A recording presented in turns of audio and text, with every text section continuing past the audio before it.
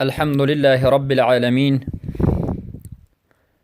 والصلاة والسلام أتمان الأكملان على سيد الأنبياء والمرسلين وعلى آله وأصحابه أجمعين. أما بعد، السلام عليكم ورحمة الله وبركاته. بإذن الله سبحانه وتعالى این حلقه 34 از آموزش کلمت التوحید می باشد و البته در این حلقه دلیل ها را برای شرط بودن صدق، برای اشتراط صدق به لا اله الا الله از قرآن و سنت و اقوال علما به شما ذکر و بیان خواهیم نمود. البته تا اینجا به شما در حلقه گذشته بیان شد که صدق در لغت چی معنی دارد و ضد صدق این کذب هست. معنای صدق شرعاً و مراد از صدق، مقصد از صدق چیست، منزله و درجه صدق با همراهی یقین و اخلاص، همه این موضوع ها به شما در حلقه گذشته ذکر شد. چخیلی که بیان کردیم در این حلقه دلیل ها را ذکر میکنیم که صدق این از شرط لا اله الا الله هست. دلیل های اول ما از قرآن عظیم الشأن است. الله رب العزة والجلال در قرآن عظیم الشأن می فرماید: اعوذ بالله من الشیطان الرجیم و صدق بالحسنى. صدق یعنی تصدیق کرد به حسنا. البته در تفسیر این آیات از ابن عباس رضی الله عنه روایت آمده است که امام طبری تخریجش می کنند. قال ابن عباس رضي الله عنه: صدق بلا إله إلا الله. معناه وصدق بالحسنى يعني لا إله إلا الله را تصدیق نمود. صدق مبالغه، صيغه مبالغه، بینوات خوب تصدیق نمود، عملا قولا. البته این دلیل است که لا صدق این شرط لا إله إلا الله هست. و الله سبحانه و تعالی در سوره عنکبوت آیت 2 و آیت 3 ذکر می کند و می گوید: احسب الناس ان یترکوا ان یقولوا آمنا وهم لا یفتنون ولقد فتنا الذین من قبلهم فليعلمن الله الذين صدقوا وليعلمن الكاذبين. آیا مردم میپندارند که بعد از ایمان آوردنشان اونها را به یگان سنجش ترک می نماییم و اونها را هیچ نمی سنجیم؟ به تحقیق هر آن کسانی که پیش از آنها آمده بودند اونها را سنجیدیم و این مؤمنان را هم البته می سنجیم تا که الله سبحانه و تعالی بداند، و البته الله می داند، اما برای حجت شدن به بنده اش بداند که کیست آنانی که صادق هستند و کیست آنانی که دروغین هستند. یعنی الله سبحانه و تعالی می گوید که فقط با یک کلمه ایمان آوردن انسان خلاص نمی شود و بعد از ایمان هم الله سبحانه و تعالی می سنجد که معلوم گردد که کیست صادق و کیست کاذب و کیست منافق دروغگو. بارک الله فیکم. و اینچنین الله سبحانه و تعالی در سوره زمر آیت 32 می گوید: و کذب بالصدق اذ جاءه. امام طبری میگن کذب بلا اله الا الله، یعنی و دروغ شمارید به صدق زمانی که به وی آمد، یعنی زمانی که صدق به نزدش آمد دروغ شمارید. این صدقی که به نزدش آمد چی بود؟ خیلی که تبری در تفسیرش میگن این لا اله الا الله بود. ببینید حتی کلمه لا اله الا الله را، کلمه توحید را کلمه صدق میگن، خیلی که در حلقه گذشته بیان نمودیم. و اینچنین الله سبحانه و تعالی در سوره توبه آیه 119 میگه یا ایها الذین آمنوا اتقوا الله و كونوا مع الصادقین، ای آنانی که ایمان آوردید از الله بترسید و با همراهی صادقان باشید. صادقین کی است؟ کسانی که صدق را در عمل خود، در اعتقاد خود، در درون و بیرون، یعنی ظاهر باطن خود بجا آورده باشند. و اینچنین الله سبحانه و تعالی در سوره احزاب آیه 23 میگوید من المؤمنین رجال صدقوا ما عاهدوا الله علیه فمنهم من قضى نحبه ومنهم من ينتظر وما بدلوا تبدیلا. الله اکبر. از مؤمنان مردانی هستند که صدقوا ما عاهدوا الله علیه، به آن عهدی که به الله رب العزت و الجلال عهد و پیمان کردند به همین عهدشان صادق و پایبند بماندند، صادقانه بایستادند. پس بعضی از آنها به مقصدش رسید و به نزد الله رفت و شهادت یافت و بعضی آنها مرگش و شهادتش را انتظار است. و ما بدلوا تبدیلا، اما عهد و پیمانشان را تبدیل نکردند، تغییر ندادند، صادقانه در عهد و پیمانشان بمانند. پس بارک الله فیکم. این آیت هم دلالت میکند که صدق یک مرتبه بزرگ دارد و صدق این بالاترین درجه البته عبادت و ایمان است. و دلیل پنجم از سوره محمد صلوات الله ربی و سلامه علیه، نام سوره محمد است، آیت 21. الله سبحانه و تعالی میگه فلو صدقوا الله لکان خیرا لهم، اگر الله را تصدیق میکردند و راست میشماریدند حتما برای آنها خیرا لهم، خوب بود، نیکی بود. البته منافقین وقتی که الله را تصدیق نکردند، ایمان نآوردند و دروغ شماریدند، به آنها بدی آمد و بعد از مرگشان هم ابدالابد بدی هست و این نار جهنم است. دلیل ششم این آیت 33 سوره زمر است.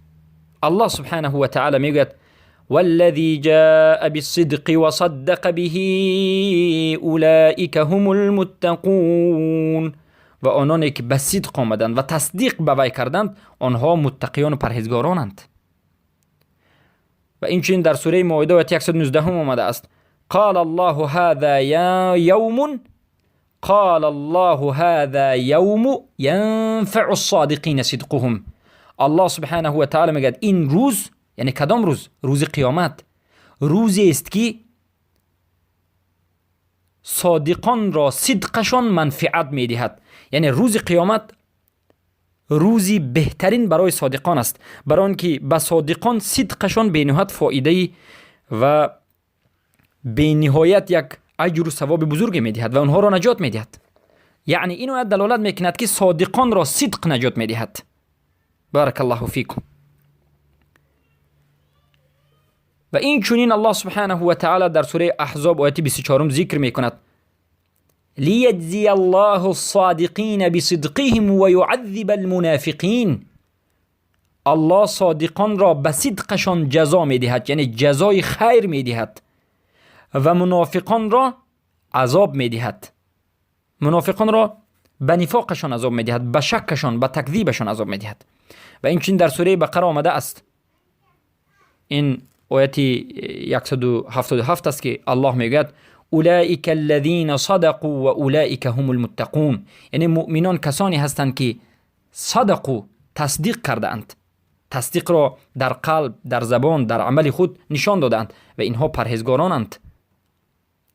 و الله سبحانه و تعالی در سوره حجرات آیه 15 میگوید انما المؤمنون الذين آمنوا بالله ورسوله ثم لم يرتابوا وجاهدوا بأموالهم وأنفسهم في سبيل الله أولئك هم الصادقون. هر آینه مؤمنان آنانی هستند که ایمان به الله آورده اند و به رسولش محمد صلی الله علیه و سلم آورده اند و بعد از این هیچ شک و شبهه ری و شبهه را در قلبشان جای نداده اند و جهاد در راه الله به مالهایشان و نفسهایشان کرده اند و جهاد را با مالهایشان و نفسهایشان در راه الله انجام دادند و انمینها صادقان هستند. این آیت 100% آشکار و واضح دلالت می کند که صدق این در حقیقت شرط لا اله الا الله است. پس بارک الله فیکم. این چنین الله سبحانه و تعالی در سوره حشر آیت 8 ذکر می کند و می گوید قال الله تعالی و ینصرون الله و رسوله اولئک هم الصادقون. و الله و رسول را نصرت می دهند و انمونها از جمله صادقانند و انمونها آنها صادقانند. پس صادقان کسانی هستند که دین الله را یعنی الله و رسولش را نصرت می دهند. بارک الله فیکم. اما منافقین و کاذبین و مرتدین هیچگاه خیالشان در فکر نصرت دین نیست بلکه در فکر شکست دین است. بارک الله فیکم. و این چنین الله سبحانه و تعالی در سوره احزاب آیت 8 می گوید لیسأل الصادقین عن صدقهم لیسأل الصادقین عن صدقهم و اعد للكافرین عذابا الیما. حتما الله رب العزة والجلال صادقان را از صدقشان میپرسد و برای کافران عذاب علیم یعنی عذاب دردناک را آماده کرده است. یعنی صادقان حتی از صدقشان پرسیده خواهند شد.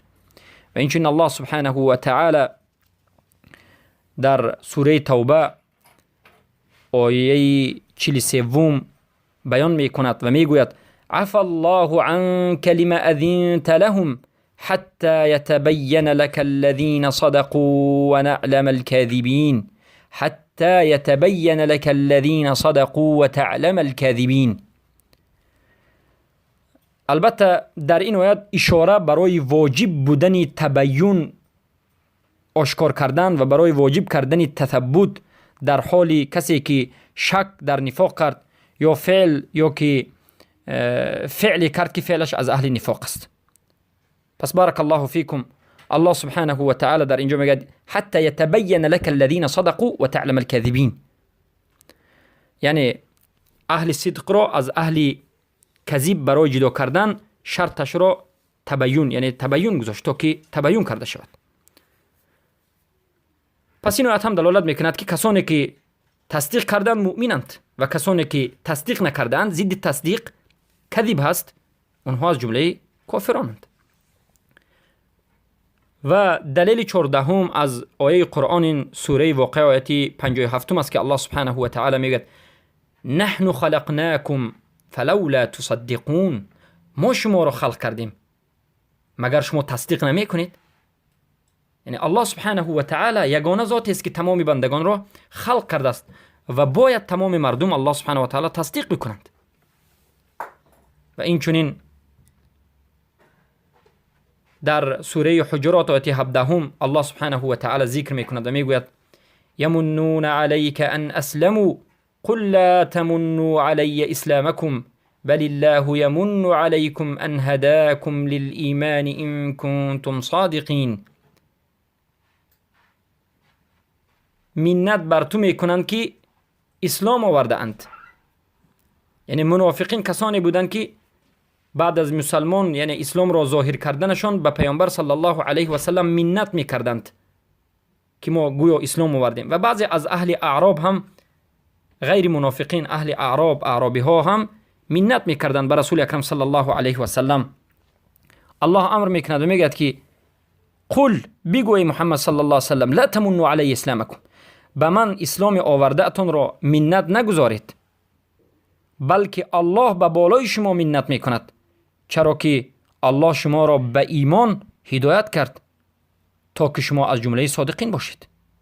یعنی هدایت نصیب شدن از جمله به ایمانان شدن یعنی این از جمله صادقین شدن است. بارک الله فیکم. و این چنین در سوره اسراء آیه 8 الله سبحانه و تعالی ذکر میکند و میگوید وقل ربي ادخلني مدخل صدق واخرجني مخرج صدق واجعل لي من لدنك سلطانا نصيرا. یعنی یک نمودی دعا است که البته رسول اکرم صلی الله علیه و سلم را الله سبحانه و تعالی به این دعا تعلیم داد. یکی از دعاهای این رسول است که الله سبحانه و تعالی میگه بگو که ای رب من، ای الله، ادخلنی مدخل صدق، مرا به مدخل صدق داخل بکن و از مخرج صدق البته مرا مخرج کردن رو نصیب کن. و البته این آیت دلالت میکند که رسول اکرم صلی الله علیه و سلم از جانب الله یک دعای را تعلیم گرفته بودند که همیشه دعا میکردند که همیشه در حالت صدق باشند. بارک الله فیکم. الله سبحانه و تعالی وقتی که صفت منافقین و کاذبین و دروغگویان را بیان نمود در سوره منافقون آیت 1 به رسول اکرم صلی الله علیه و سلم این آیت را نازل کرد. اذا جاءك المنافقون قالوا نشهد انك لرسول الله والله يعلم انك لرسوله والله يشهد ان المنافقین لكاذبون. هر زمانی که منافقون به نزد تو می آیند، هر زمانی که منافقها و کاذبین به نزد تو می آیند، میگویند که ما شهادت میدیم که البته تو حتما رسول الله هستی و الله میداند که ای محمد صلی الله علیه وسلم تو رسول از جانب الله هستی و الله شهادت میدهد که البته انمین منافقایی که به نزد تو میاند تو را شهادت میدن که رسول الله هستی، اینها منافقینند و اینها حتما دروغگویانند. ببینید وقتی که صدق وجود نشود، وقتی که صدق به وجود نآمد، انسان خواهد نخواهد صفت نفاق را بر خودش میگیرد. سبحان الله. علما میگند والآیه تنطبق على كل من نطق بالشهادتین و قالها کذبا من غیر صدق. این آیت به همه اون کسانی که شهادت را نطق کرده اند، شهادت این را به زبانشان گفته اند اما به این گفته اشان صدق نکرده اند، یعنی این گفته اشان را دروغانه گفته اند یا از غیر صدق گفته اند، این آیت به آنها تطبیق می شود و مطابق و درست می آید.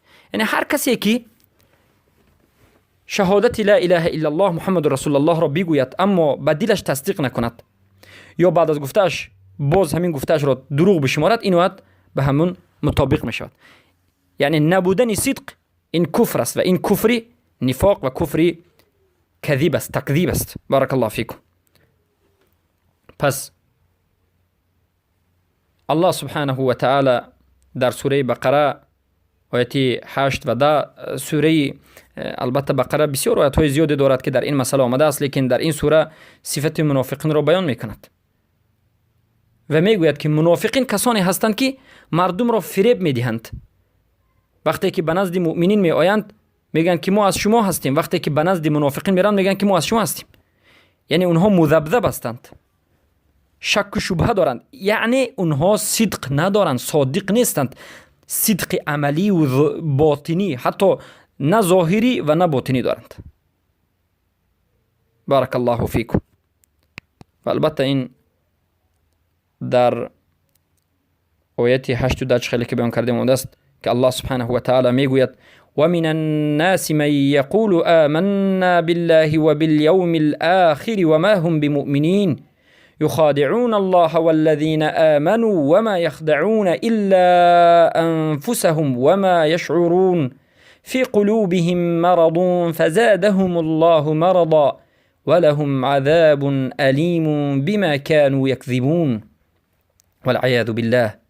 الله میگوید و از مردم کسانی هستند که میگویند که ایمان به الله آوردیم و به روز قیامت ایمان آوردیم، در حالتی که آنها مؤمنین نیستند و در حالتی که آنها ایمان نآورده اند. میگویند اما ایمان نآورده اند.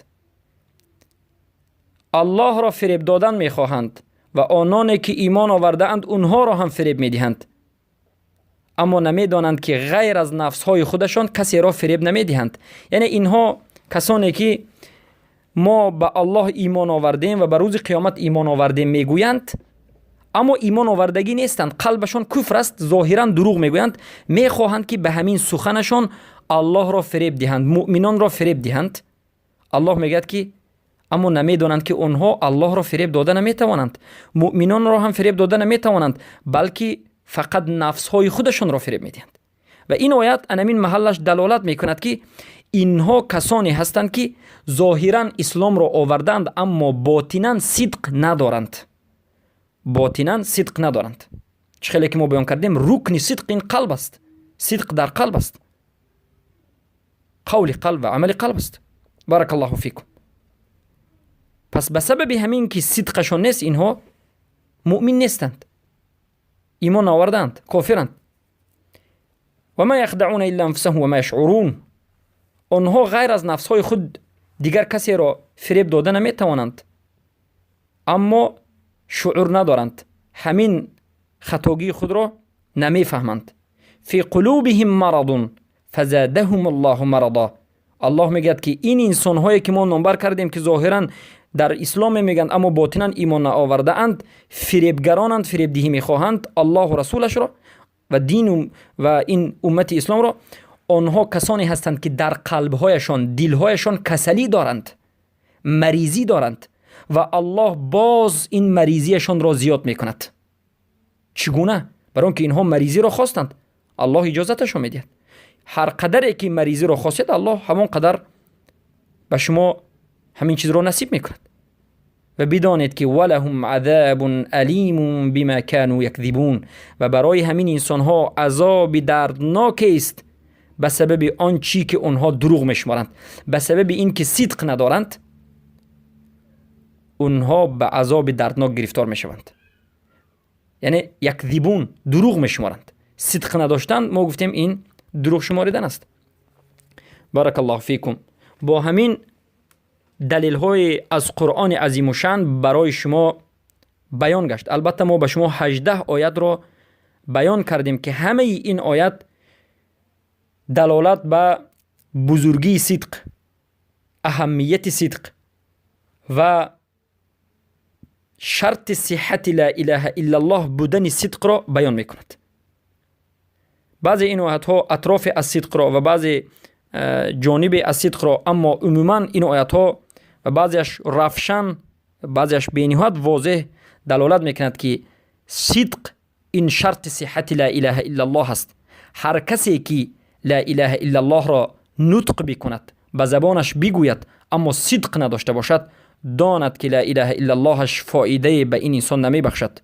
و دیگر باقی مانده شرط ها را اگر انجام دهد هم صدق نداشته باشد، دیگر یگان شرط های کرده اش قبول نخواهد شد و تمام عملش قبول نخواهد شد، چرا که مدار قبول تمام عملها، بازگشت قبول تمام عملها به صدق است و به شرط های لا اله الا الله است. باید همه شرط ها در یک جا جمع باشد و پیدا شده باشد.